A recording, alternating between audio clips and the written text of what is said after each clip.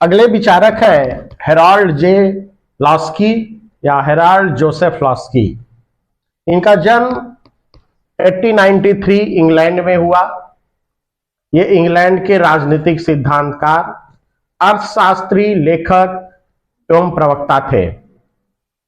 वह 1945-46 के में लेबर पार्टी के अध्यक्ष भी रहे। वे लंदन स्कूल ऑफ इकोनॉमिक्स में प्रोफेसर रहे। लास्की ने व्यक्ति के अधिकारों को बहुत अधिक महत्व दिया है। आइए लास्की के कुछ महत्वपूर्ण विचार को देखें जो परीक्षा में पूछे जाते हैं। बहुत ही इंपॉर्टेंट है लास्की का ये राजनीतिक विचारधारा। देखते हैं। पहला है, राज्य समाज का सेवक है। नेक्स्ट, राज्य अधिकारों का निर्माण नहीं, उन्हें मान्य करता है। नेक्स्ट, कानून केवल आदेश नहीं, एक अनुरोध भी है।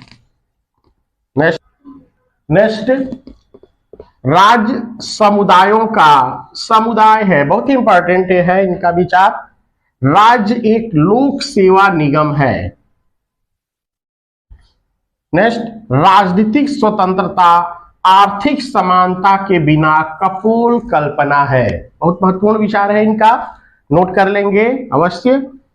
और अगला भी बहुत ही महत्वपूर्ण है, सार्वभौमिक वयस्क अधिकार का कोई विकल्प नहीं है।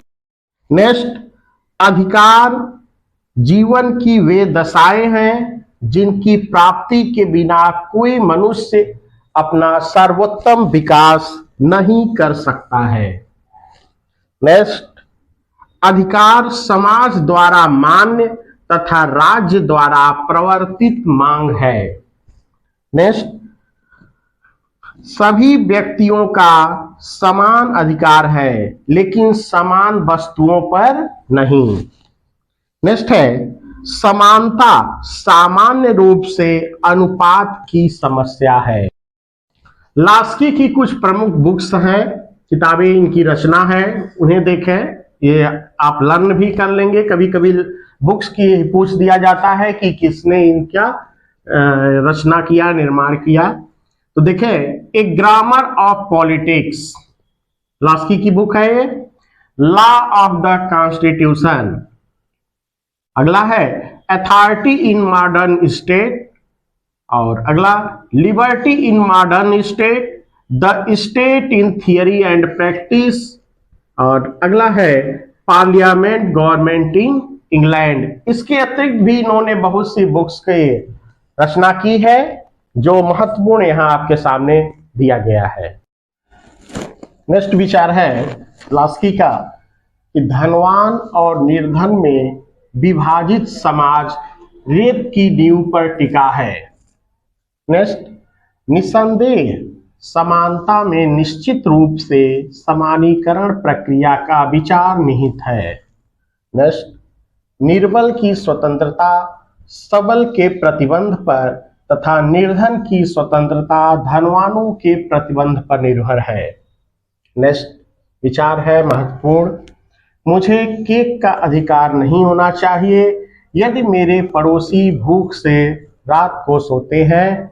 अतः गरीबों के हित के लिए धनवानों पर कर लगा देना चाहिए। टैक्स की बात करता है लास्की यहाँ पे। अगला है प्रधानमंत्री संपूर्ण शासन व्यवस्था की चूल है, सेंटर पर है। नेक्स्ट लास्की कहते हैं कि मार्क्स ने साम्यवाद को अस्त व्यस्त स्थिति में पाया और उसे एक आंदोलन बना दिया। नेक्स्ट, राज्य एक प्रादेशिक समाज है जो सरकार और प्रजा में विभाजित है और सर्वोच्च सत्ता रखता है।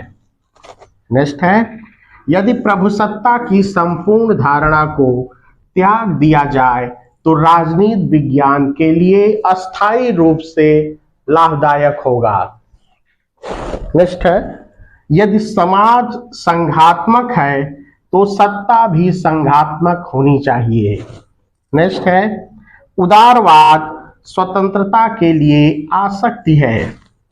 नेक्स्ट है, बहुलवाद राज्य के अधिकारों को कम करना चाहता है। बहुलवाद जो है राज्य के अधिकारों को कम करना चाहता है। नेक्स्ट, स्वतंत्रता अपने आप में एक नहीं अपितु बहुआयामी है।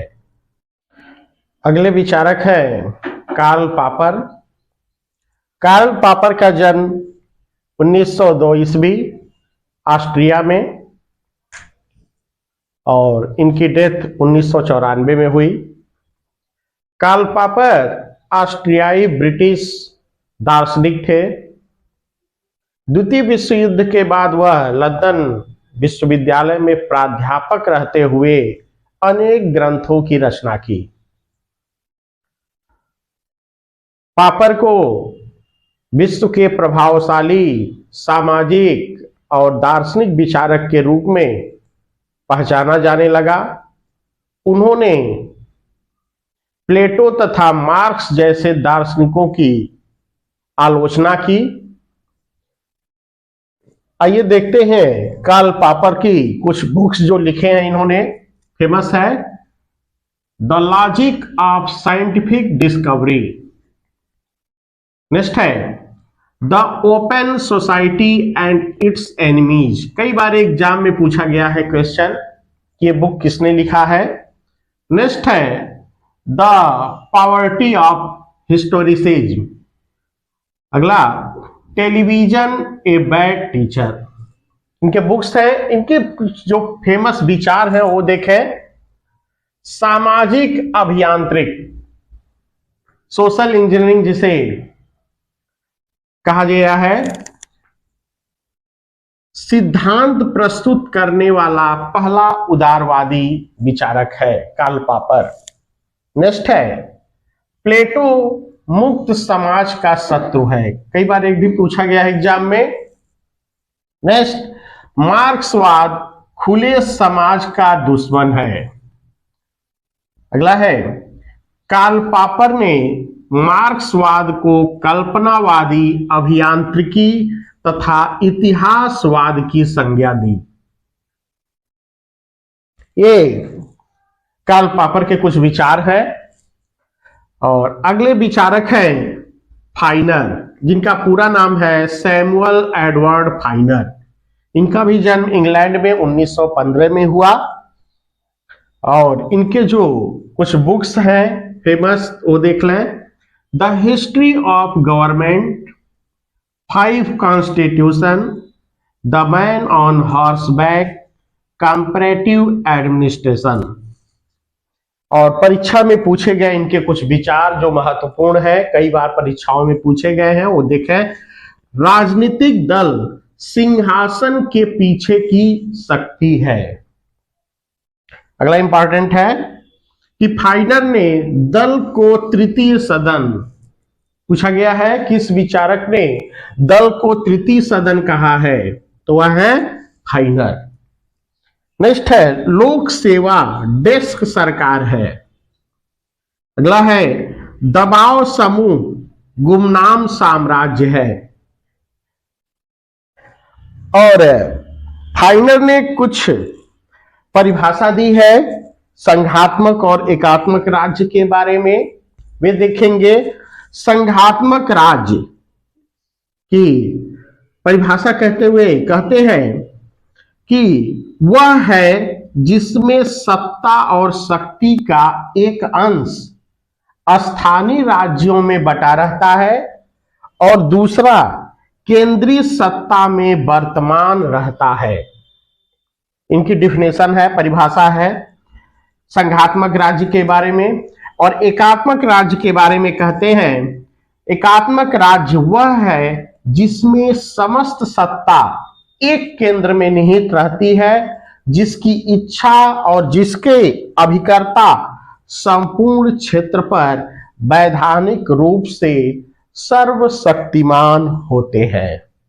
अगले विचारक हैं सीबी मैकफर्सन। इनका जन्म कनाडा में 1911 ईस्वी में हुआ।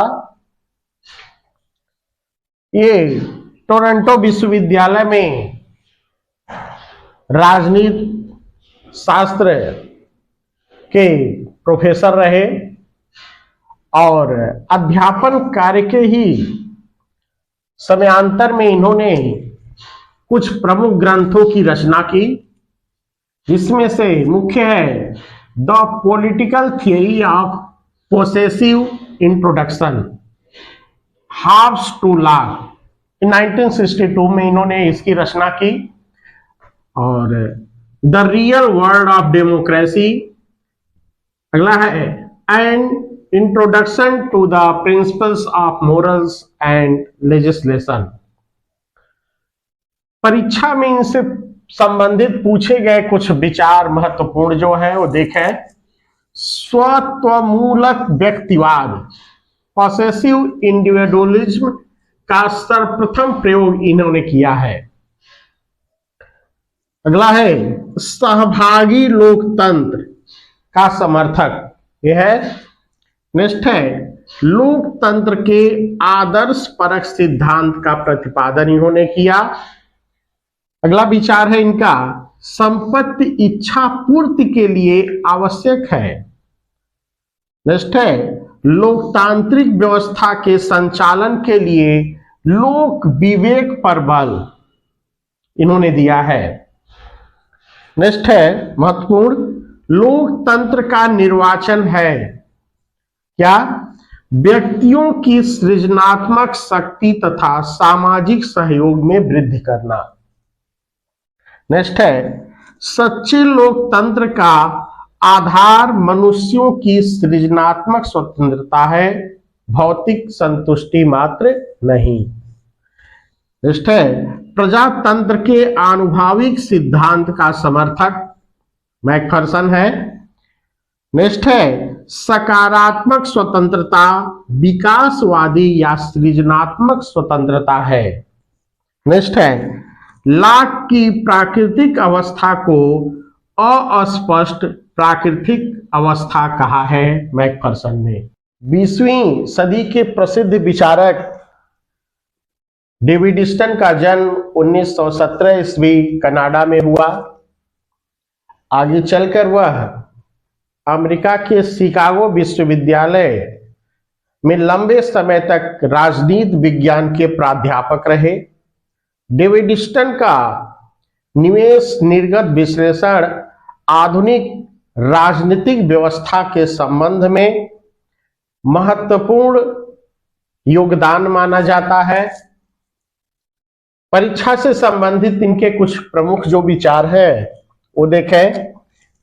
राजनीति विज्ञान में व्यवहारवादी क्रांति का जनक। नेक्स्ट है पद्धति में पुनर्निवेश सिद्धांत या निवेश निर्गत सिद्धांत का प्रतिपादन इन्होंने किया। अगला इनका जो महत्वपूर्ण विचार है राजनीति मूल्यों का वैध निर्धारण है। नेक्स्ट है राजनीति का संबंध समाज में मूल्यों के अधिकाधिक आवंटन से है। राजनीति शास्त्र मूल्यों के अधिकृत निर्धारण का अध्ययन करता है जो शक्ति के वितरण एवं प्रयोग से प्रभावित होता है। आधुनिक राजनीतिक सिद्धांत के प्रमुख समर्थक है, पूछा जाता है कौन है, तो डेविड स्टन तथा चार्ल्स मरियम का नाम है। केसी व्हीयर का जन्म 1907 ईस्वी ऑस्ट्रेलिया में हुआ। इनका काफी समय इंग्लैंड के ऑक्सफोर्ड यूनिवर्सिटी में व्यतीत हुआ। इस दौरान ये पूर्व ब्रिटिश औपनिवेशिक देशों के संविधान सभा के मार्गदर्शक के रूप में भी कार्य करते रहे। तत्कालीन समय में इन्होंने प्रमुख ग्रंथों की रचना की, जिसमें से मुख्य रूप से मॉडर्न कॉन्स्टिट्यूशन, फेडरल गवर्नमेंट और गवर्नमेंट बाय कमेटी है। इसके अतिरिक्त अन्य बुक की भी रचना की इन्होंने। और टीजीटी पीजीटी परीक्षाओं में इनसे संबंधित जो प्रश्न पूछे गए हैं वे देखें। संघात्मक शासन व्यवस्था का अधिकृत विद्वान किसे माना जाता है? तो ये आपके हैं केसी रियर। यदि ऐसा प्रश्न आया है एग्जाम में, संघात्मक शासन व्यवस्था, फेडरल गवर्नमेंट की बात यदि होती है। अगला देखें, व्यवस्थापिका जनता की शिकायतों की समिति का कार्य करती है, कमेटी का कार्य करती है।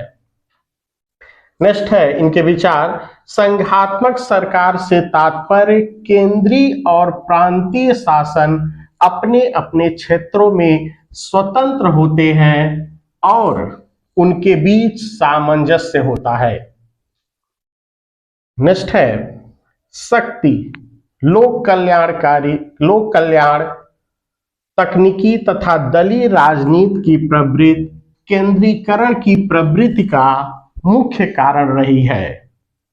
जो केंद्रीकरण की प्रवृत्ति है, सेंट्रलाइजेशन की जो फोकस है, वह उस पर इन्होंने शक्ति, लोक कल्याणकार और तकनीकी दलीय राजनीति की बात की है। बहुत फेमस इनका जो कथन है, भारत है क्या, एक अर्ध संघ। भारत एक संघीय व्यवस्था है, लेकिन इसको एक अर्ध संघ कहते हैं। अगला इनका कथन है कि संघवाद पारंपरिक रूप से क्षेत्र विशिष्ट में एक देश की संघ और राज्यों और राज्य सरकारों की स्वतंत्रता का प्रतीक है। अगले विचारक है जेनिंग्स, जिनका पूरा नाम सर विलियम आइवर जेनिंग्स है। इनका जन्म इंग्लैंड में 1903 ईस्वी में हुआ। इनके कुछ प्रमुख कथन जो परीक्षाओं में अक्सर पूछे जाते रहे हैं, वे देखें,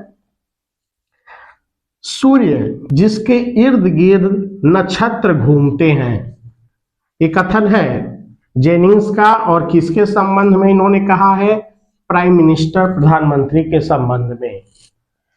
दूसरा है भारतीय संविधान को वकीलों का स्वर्ग कहा जाता है। यह एक बहुत ही विवादास्पद इनका कथन है। वकीलों का स्वर्ग यानी कि पैराडाइज ऑफ लायर्स भारतीय संविधान को कहा जाता है, ऐसा इनका कथन है। और इनकी बुक्स है some characteristics of Indian constitution, उसमें इन्होंने ये बात लिखी है। तो ये आप लर्न कर लेंगे, याद कर लेंगे।